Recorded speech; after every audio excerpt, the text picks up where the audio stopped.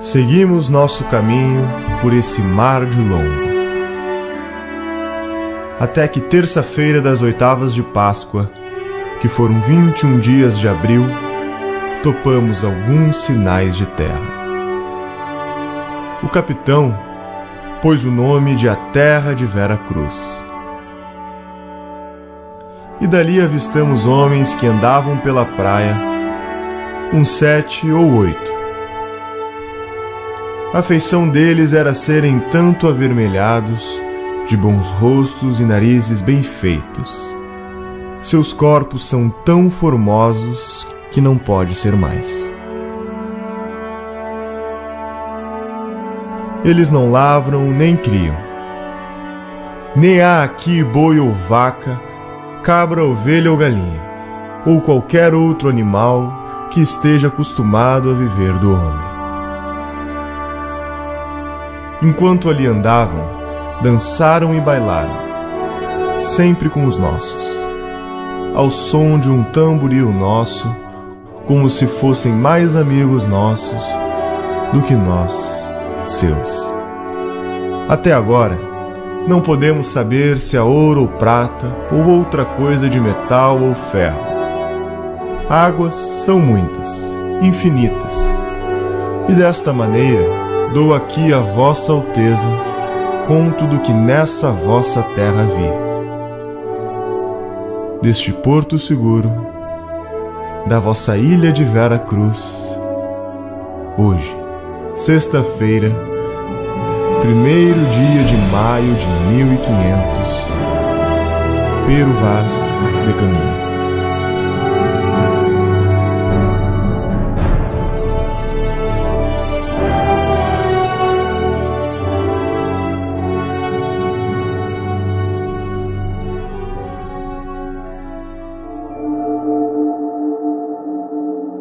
História é um lugar de pessoas sérias que querem investigar os temas, não querem agradar partidos, querem investigar os temas. Isso é história.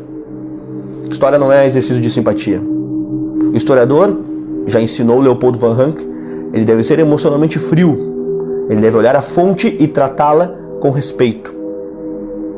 Mark Bloch vai dizer, a fonte deve ser interrogada. Encha de perguntas aquele documento, porque não é só no documento que está a história. Ele precisa de perguntas, ele precisa de interpretação. Só que toda interpretação tem um limite.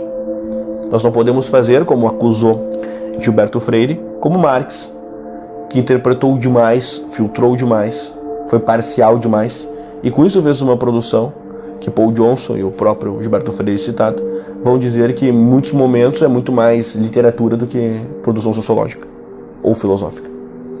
Há sempre a força do instante. A nossa vida, ela é formada por instantes definitivos até o instante final, que é o instante da morte.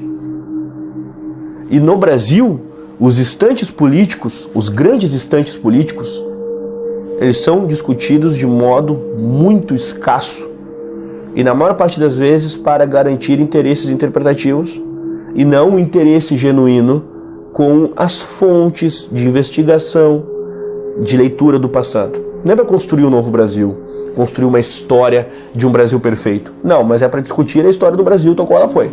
A gente pode pensar assim, além da gente se conhecer nos detalhes, é melhor para isso, melhor para aquilo, não funciona bem nisso, o clima é tal, até o clima influencia na gente, é importante pensar nos valores universais, sim.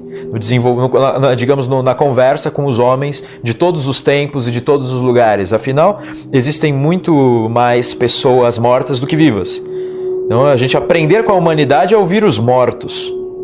São estes momentos que formam a nacionalidade. O que é o senso da nacionalidade?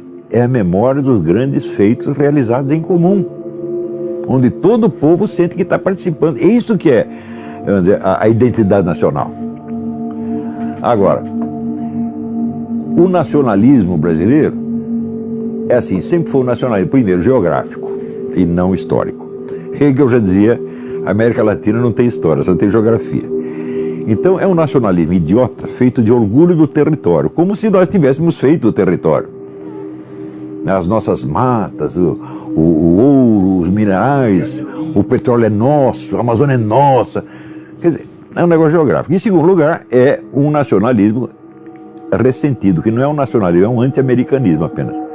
Então, nós não temos, pelo menos no século XX, não temos uma verdadeira cultura nacionalista que teria que ser feita em torno dos valores nacionais efetivos, condensados nesses momentos em que o povo fez o seu próprio destino.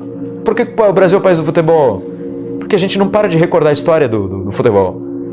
A gente está sempre lembrando das Copas, sobretudo a Copa de 70 com Pelé, a gente lembra dos outros, e sempre os nomes circulam, os nomes deles, né? Eu sou de Santos, em Santos tem estátua do Pelé, lá perto da minha casa. Como a gente lembra da história do futebol, cada um torce para um clube, você torce para um time.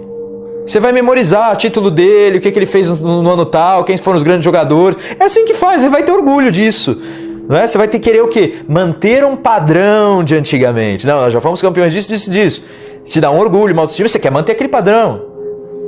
Cadê? O da inteligência, o da moral, o da política, o do heroísmo, o da guerra. Assumiram com todos. Tem o que? O Olga Benário. Fazem filme de Olga Benário. Uma militante comunista, soviética, treinada na Rússia para matar brasileiro aqui, para implantar comunismo. É isso que fazem filme, 2004, se não me engano. A falta de heróis está tão grande assim, a falta de modelos, a falta de arquétipos, de paradigmas. Não está tão grande. Brasil Colônia. Esse processo durou da metade do século XVI até a primeira metade do século XIX, tendo variações geográficas ao longo desses quase 3 séculos de existência.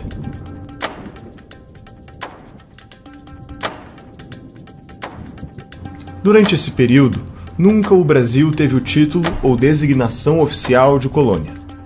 Durante o processo de colonização, o Brasil teve apenas 2 designações oficiais: Estado do Brasil e Reino do Brasil. Por que o termo Brasil Colônia é utilizado até hoje com uma conotação de mera exploração? Se o Brasil foi uma colônia, por que ela era mais rica do que os Estados Unidos em seu período colonial? A quem devemos o legado de fundador do Brasil? Qual era o plano? O que deu errado?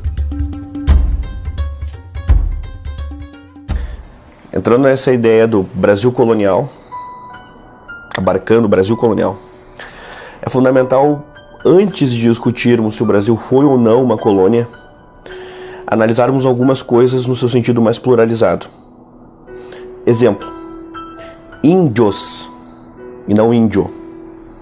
Pegar, por exemplo, um Guarani, um Tupinambá e um Tupi é falar de índios diferentes. Ou seja, há um conjunto cosmológico singular em cada uma dessas culturas. Chega o elemento português aqui. O elemento português apresenta objetos de área comum. Uma fé,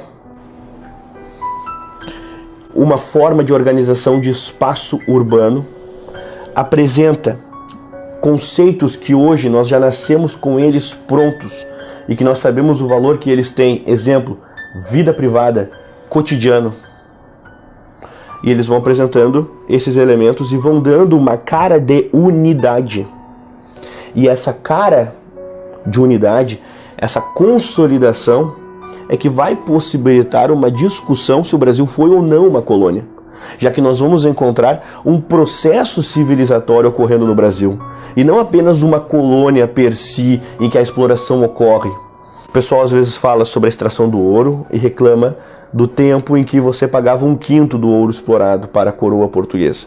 Quem dera se hoje eu pudesse pagar 1/5 de impostos. Não é verdade? Eu pago muito mais e não pago por uma coroa e não recebo em volta. Se o Brasil era uma colônia, por que éramos uma colônia mais rica, por exemplo, do que os Estados Unidos na sua fase colonial? Quais são os méritos do processo português no Brasil, já que nós tantas vezes não os discutimos e nós não vemos esse tipo de discussão? Quais são esses méritos? E por que a história do Brasil é explicada sempre a partir apenas dos ciclos econômicos? Então, se a ideia é falar de um Brasil português, ela pelo menos me soa sempre melhor. A história do Brasil é riquíssima, né? Nós normalmente perdemos de vista, infelizmente, a substância da forma como, vamos dizer assim, o elemento essencial de como a educação no Brasil ela foi, vamos dizer, praticada desde o período da fundação do Brasil. Tá? Quer dizer, o período colonial foi um período em que, claro, nós não tivemos uma pulverização da educação, os processos pedagógicos, eles ainda eram muito restritos, né, a certos nichos, a certos grupos, mas nesses grupos, nesses nichos, nós tínhamos ali verdadeira educação. E é difícil discutir esses temas. Por quê? Porque ainda há, no nosso tempo, uma imagem muito ruim construída sobre as mais variadas justificativas de nossa tradição. Dom João VI continua sendo associado a um gordo, corno, comedor de coxinhas. E até onde isso vai? O pessoal adora, dentro da historiografia, dizer que tal contexto foi bom ou ruim para o indígena, mas olhando sob o viés contemporâneo, sob as células oculares de nosso contemporâneo. Mas vamos nos remeter lá ao século XVI. Vocês já pararam para pensar que, para o indígena, aqueles espelhos representavam uma coisa excelente? E que o pau-brasil para eles era uma coisa banal? E de que, nesse sentido, eles escolheram aquilo. Eles também tinham uma autonomia humana. Brasil Imperial é um período da história brasileira entre 7 de setembro de 1822, a independência do Brasil, e 15 de novembro de 1889, a proclamação da República. Neste período, o Brasil foi governado por dois monarcas, Dom Pedro I e Dom Pedro II. Como realmente foi a fundação do Brasil? Durante esse processo, muita coisa aconteceu. Uma versão da história é conhecida, a outra, nem tanto. A questão do José Bonifácio apareceu para mim, sobretudo quando eu estava querendo saber a respeito da nossa fundação, quem era o nosso fundador. Aqui no Brasil, nós tínhamos aquela ideia de que um português da família real, montado num jumento, na verdade era uma mula, né? Numa mula, com caganeira, gritou independência ou morte. E quando as pessoas me contavam sobre suas independências nos outros países e perguntavam da minha, eu percebia, eu não posso falar a minha história, não, isso não faz sentido. Não. Quando, em 1808, a família real vem para o Brasil, nós começamos ali a ter certas bases fundantes. E o que são essas bases fundantes? São, dentre outras coisas, elementos que toda nação tem e que o Brasil não tinha. A questão da imprensa, por exemplo, a questão de um exército organizado, um exército próprio, enfim. Dom João VI traz para o Brasil valores, ainda como príncipe regente de Portugal, que o Brasil não tinha. Então vira um país. Daí ele cria o Banco do Brasil, cria os portos, o ensino superior, etc. Toda a infraestrutura brasileira foi Dom João VI começou. Embora eu não concorde com a tese de que a família real era inculta, não concordo com nada disso. A biblioteca transportada por Dom João VI foi imensa. O amor dele por música, por pintura, o cara era culto, não é o imbecil que comia coxinha. Ocorre uma revolução em Portugal, a Revolução do Porto, e nesse contexto eles queriam obrigar então o Dom João a voltar do Brasil para Portugal, porque estavam já enciumados, estavam achando que só o Brasil ia para frente, coisas assim. Volta Dom João VI e depois eles queriam que o próprio Pedro voltasse também. E aí que o José Bonifácio diz não, ele acha que se o Dom Pedro voltar, o Brasil, ele não tinha essa comunicação de hoje, nem em estradas, nem em internet, nem em correios. O Rio de Janeiro se transformou em centro das províncias quando veio Dom João VI. Antes disso, cada província era um universo diferente. Então, esse centro, o José Bonifácio diz, precisamos manter esse centro. Porque é importante, é um centro de intercomunicação, é um centro de administração. Precisamos desenvolver, inclusive, a partir desse centro, uma unidade. Então, José Bonifácio, em alguma medida, Dom João VI, na prática, ele deixa a estrutura do que seria o Brasil. José Bonifácio inventa com consciência, consciente do que fazia. O Brasil tem que ter este território unido. E se a gente tiver que dividir as províncias e cada uma delas obedecer só a Lisboa, nós não vamos conseguir essa unidade. O Brasil vai se quebrar. Porque se Portugal errar, o Brasil pode seguir o mesmo caminho revolucionário dos outros povos da América Espanhola, ou da França, dos Estados Unidos, e o Brasil se quebraria em diversas pequenas repúblicas. E ele dizia, isso vai ser péssimo, enquanto a gente pode manter um grande e vasto império, que era a ideia dele, certo? Então José Bonifácio escreve uma carta muito mal criada por Dom Pedro, antes do dia do fico. Então vai ter o dia do fico e o José Bonifácio escreve para ele que se você tem honra de homem, né, e de príncipe, você vai ficar. Porque senão você vai ser responsável pelo rio de sangue que vai correr aqui. Essa foi a carta que José Bonifácio mandou. O José Bonifácio, dias depois, é chamado para integrar o ministério. Então Dom Pedro I deu muito valor. Não era Dom Pedro I ainda, né? É príncipe regente. Mas Dom Pedro deu muito valor a José Bonifácio.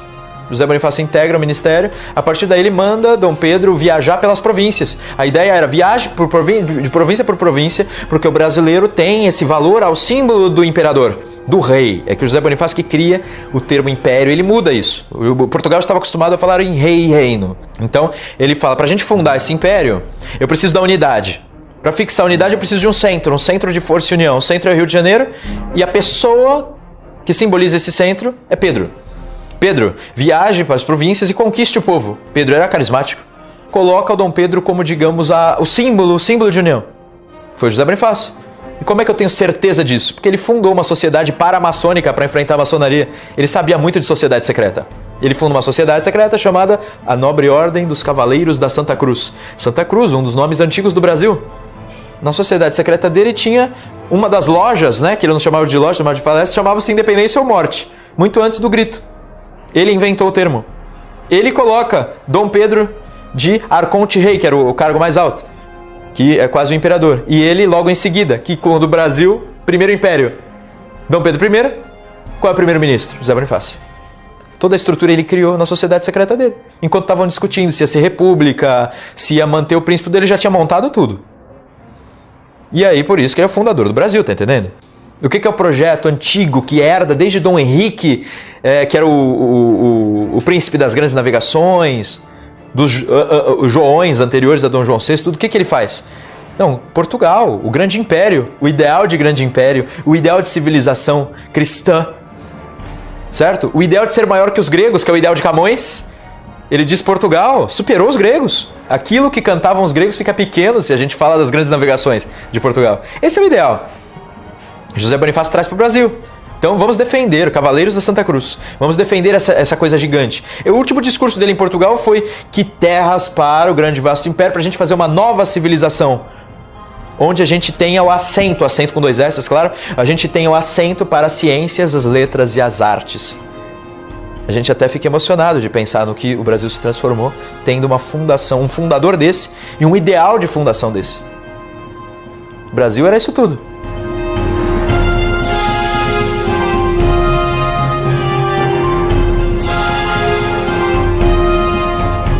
E tudo isso eu digo porque José Bonifácio é o estrategista da independência, estrategista até de guerra, porque ele monta a Marinha do Brasil e diz que o principal elemento era a Marinha. Por quê? Para a guerra não se travar nas casas das pessoas. Vamos travar a guerra no mar. Quando eles estiverem vindo, a gente já os derruba. A Marinha do Brasil é grata a ele até hoje. Então, assim, ele tem a visão total, estratégia de guerra, estratégia de integração nacional por meio do símbolo unificador, a estratégia do Centro de Força e União, que é local também, no Rio de Janeiro, a estratégia diplomática, ele nomeia pessoas especiais para ir para a Inglaterra, para a França, para a Argentina, que não era ainda a Argentina que a gente começa, era a Confederação da Plata e uma série de coisas, para os Estados Unidos, dando ordens, faça isso, faça aquilo, faça aquilo, faça aquilo. Esse é o nosso primeiro império, ele fez tudo isso. Ideia para educação de escolinha. Ele disse método tal para educar crianças. Universidade vai ser fundada em São Paulo com essas e essas bases, cursos tais e tais. Tá? Como tratar os franceses? A gente faz isso e cria um ciúme com os ingleses. Se eles não obedecerem, a gente vai para os ingleses. Se eles não gostarem, a gente fala que a gente se une com os argentinos e mata todos eles. E coisa assim. Ideal de integração americana, que fala, não sei o que a esquerda pega, Foro de São Paulo, tem nada a ver, ele inventou. Com outros objetivos, com outras funções, com aproveitamento evidentemente comercial, mas sobretudo de autodefesa. Não vamos deixar a Europa mandar aqui. Brasil, República. A República no Brasil surge principalmente a partir de 3 questões. A primeira está relacionada à forma com que o abolicionismo foi feito. Naquela época, os escravos eram tidos como propriedade. e como toda propriedade, tinha um valor de mercado. O abolicionismo foi feito de tal forma que os proprietários não receberam nenhum ressarcimento para abrirem mão de seus escravos. Isso fez com que o império perdesse o apoio dessa classe. A segunda questão está relacionada ao exército. O exército lutou na Guerra do Paraguai por um tempo excessivo.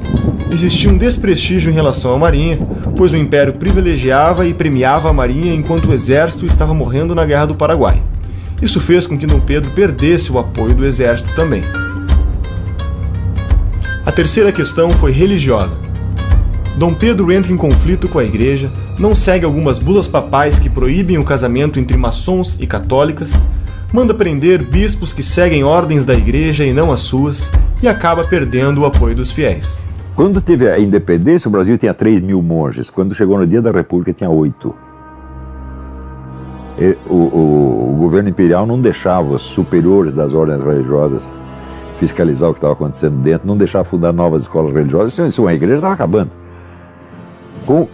A República veio de um acordo entre a igreja e uma parcela da maçonaria, porque ali era todo mundo maçom, o imperador maçom, o republicano era maçom, todo mundo maçom. Então tem uma briga interna na maçonaria e a igreja se aliou com uma parte e apoiou a República.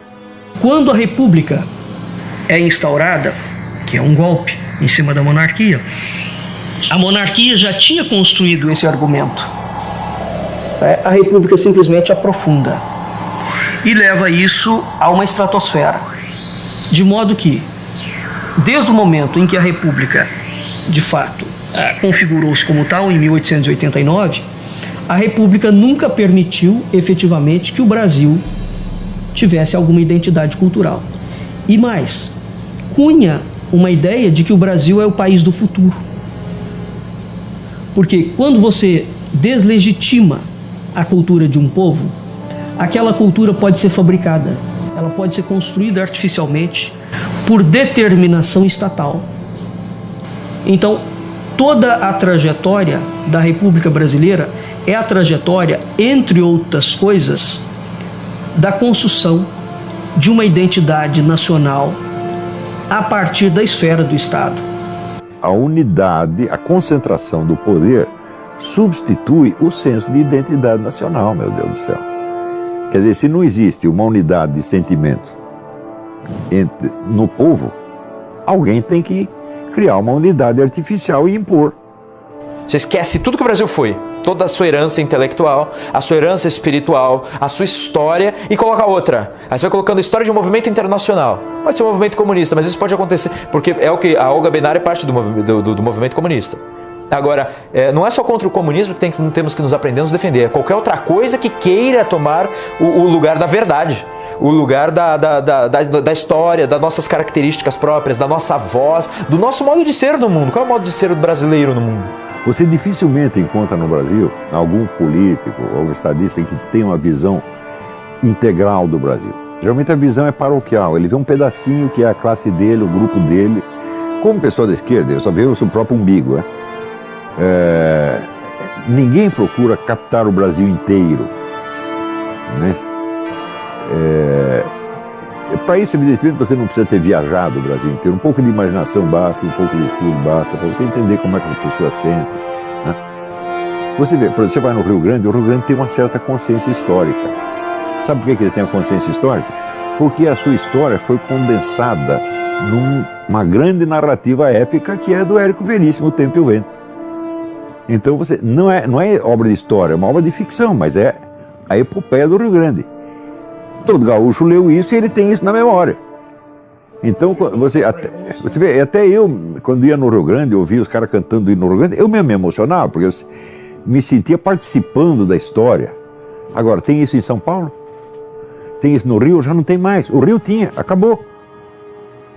Estado nenhum tem esse senso de unidade histórica. Nem em Minas Gerais você encontra muito isso mais. Sobrou só no Rio Grande. Não, a República foi uma palhaçada, desde o início. Você vai lá no Rio de Janeiro, você olha o Paço Imperial, que é onde morava o imperador, e depois você vai olhar o Palácio do Catete. O Paço Imperial, o que é? Uma velha casa de fazenda, onde o imperador morava com toda a modéstia, sem gastar dinheiro público. Fizeram a República, daí os generais, não, vamos comprar um palácio, vamos ser os gostosões. Começaram a gastar dinheiro público, começou a corrupção desgraçada, que no Império não tinha. tá certo? E o Brasil caminhou de golpe em golpe, de revolução em revolução e nunca mais estabilizou, não teve 5 anos seguidos de democracia e de ordem, meu Deus do céu. Então você quer saber o que foi a República? Uma bela porcaria, é? E essa outra fase começa com militares no poder. A gente fala de ditadura militar a partir de 64. A gente começa com uma república que é conhecida como República da Espada, do Deodoro, Marechal Deodoro da Fonseca, e o seguinte, Marechal Floriano Peixoto. Então a gente tem uma República da Espada porque é a República do Exército, é uma ditadura positivista. Nossos 2 primeiros presidentes foram ditadores militares, digamos assim. Então, a Constituição foi feita em 1891, a Constituição já foi desrespeitada pelo segundo presidente da República. A revolta da Armada, a Marinha, lembra que eu disse que o Exército que era republicano, mas a Marinha adorava o Império. Aí a Marinha, vez ou outra, colocava navios de guerra na frente do Rio de Janeiro, dizendo: vou bombardear tudo se você não fizer tal coisa. Aí a revolta da Armada, a famosa revolta da Armada. Começa assim a história da República. E dizem que não teve guerra civil no primeiro momento, mas aí depois tem revolta da Armada, depois tem Canudos, depois tem um monte de coisa. O Brasil precisa formar e reconhecer pessoas capacitadas, e esse reconhecimento de pessoas capacitadas nas diferentes áreas é que é uma possibilidade de que pessoas cresçam. E a política, nesse apanhamento historiográfico de um século XX, em que sai uma coroa, sai uma trindade, entra outra bandeira, outro hino, outro símbolo constitucional, sai esses símbolos constitucionais, entra Vargas, carregando, no seu período, outros símbolos nacionais. Quando nós voltamos à ideia de Deus presente na Constituição, que não é mais o Deus da trindade, é o Deus laico. É o Deus que abre um conjunto de possibilidades em que até Vargas ou Lula podem ser o Messias. Sai Vargas, uma Brasília surge.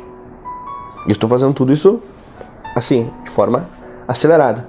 Sai Brasília, no sentido de apresentação simbólica, nós temos 64. Sai 64, nós temos um novo Brasil para muitos. O novo processo de independência ocorreu em 88. Sai 88, 2002. Eis o momento de libertação do povo. Não, a libertação do povo aqui já aconteceu. Já aconteceu há muito tempo. Então esse processo de mudanças simbólicas, esses vácuos, germina a existência de todo tipo de tirania. Deixa ali, as sementes estão bem postas. E isso até hoje. O Brasil é uma aberração total. Brasília matou o Brasil, né? Eu considero o Juscelino Kubitschek uma das maiores bestas quadradas que já houve na história do Brasil. Porque o Rio de Janeiro, ele era a síntese do Brasil, né? Se você pegar, por exemplo, a literatura brasileira, ela é toda feita de sujeito que saiu do Amazonas, do Ceará, do Rio Grande do Sul, e foi parar no Rio. E aí no Rio você tinha o diálogo entre as várias culturas do Brasil. Agora mudou para Brasília, criaram lá um tipo de arquitetura que torna uma manifestação popular quase impossível, porque está longe e os edifícios são dispostos de tal maneira que o povo não tem sequer acesso. Vocês viram isso em março de 2015, não é isso? Agora, se o governo estivesse no Palácio do Catete, ele caía em 24 horas. Tá entendendo? Então criaram uma capital para ser uma ditadura. Existe um livro feito por 2 arquitetos soviéticos, cujo nome não me ocorre agora, são 2 nomes complicados, que chama Cidade Comunista Ideal. É o modelo de Brasília. E foi isso que eles fizeram lá. Quer dizer, você chama um negro comunista para fazer a capital do país. Ele vai fazer o quê? Uma arquitetura comunista, evidentemente. É um falso símbolo nacional. Brasília não condensa nada da nacionalidade. Você vê ali algum sinal da velha arquitetura brasileira? O grande arquiteto que condensa a arte da arquitetura brasileira é o Zanini, não o Niemeyer. O Zanini trabalha com material nacional, aliás, só lida com matérias-primas do local, tá certo? Então, quer dizer, este é o arquiteto que personifica o Brasil. É claro, existem outros, evidentemente, né?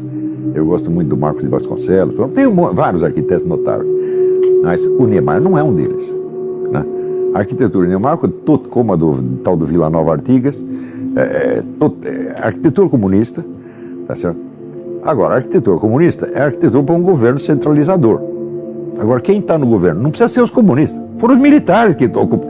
Eles fizeram a capital e deram para os militares. E daí veio uma ditadura falando, mas vocês fizeram a capital para ser uma capital da ditadura, virou uma ditadura, pô. Regime militar. Esse período durou de 1964 a 1985, época marcada pelos atos institucionais e pelos 5 governos militares. Governo Castelo Branco, Governo Costa e Silva, Governo Emílio Médici, Governo Geisel e Governo Figueiredo. A saída do João Goulart foi precedido também de várias ações. As mulheres nas ruas, em marcha, a Igreja Católica, os padres pregando abertamente que Deus orasse pelo Brasil, Deus abrisse seus olhos para o Brasil e tirasse o governo ali. Toda a mídia, exceto o jornal Última Hora, a OAB, a coerção dos empresários também. Por que os empresários? Eles não queriam suas empresas estatizadas. Os produtores rurais. Por que os produtores rurais? Porque eles não queriam ter as suas propriedades confiscadas. Então está todo mundo interessado. Os padres, né, a Igreja Católica, porque nos comunismos não tem religião. Muito pelo contrário, os religiosos são perseguidos. Como Fidel Castro perseguiu os religiosos da raiz, da matriz africana. Ninguém mais aguentava o governo João Goulart, que realmente estava desmantelando o país. Então, fizeram o que foi até então a maior manifestação popular da história e derrubaram o governo com a promessa de fazer novas eleições em 6 meses. Depois de 6 meses, decidiram que era melhor ficar por lá mesmo. E ficaram 20 anos, meu Deus do céu. O que se espera que aconteça? Que eles saiam de lá com grande popularidade? Até que saíram, tiveram popularidade, até o governo Médici, o presidente Médici, do qual se fala tão mal, ele, na última semana de governo, ele tinha 82% de popularidade. Depois, com o Geisel e Figueiredo, a coisa foi caindo. Quando eles saíram, não tinha popularidade nenhuma. Está todo mundo por aqui com eles. E olha, tem um ditado que diz que o hóspede não deve ficar na casa mais de 3 dias, porque no 4º dia já começa a encher a paciência. Os militares cometeram esse grande erro, disseram, nós vamos ali resolver o problema e vamos para casa. Ficaram lá 20 anos, meu Deus do céu. Aquilo poderia ter marcado a nossa história para sempre.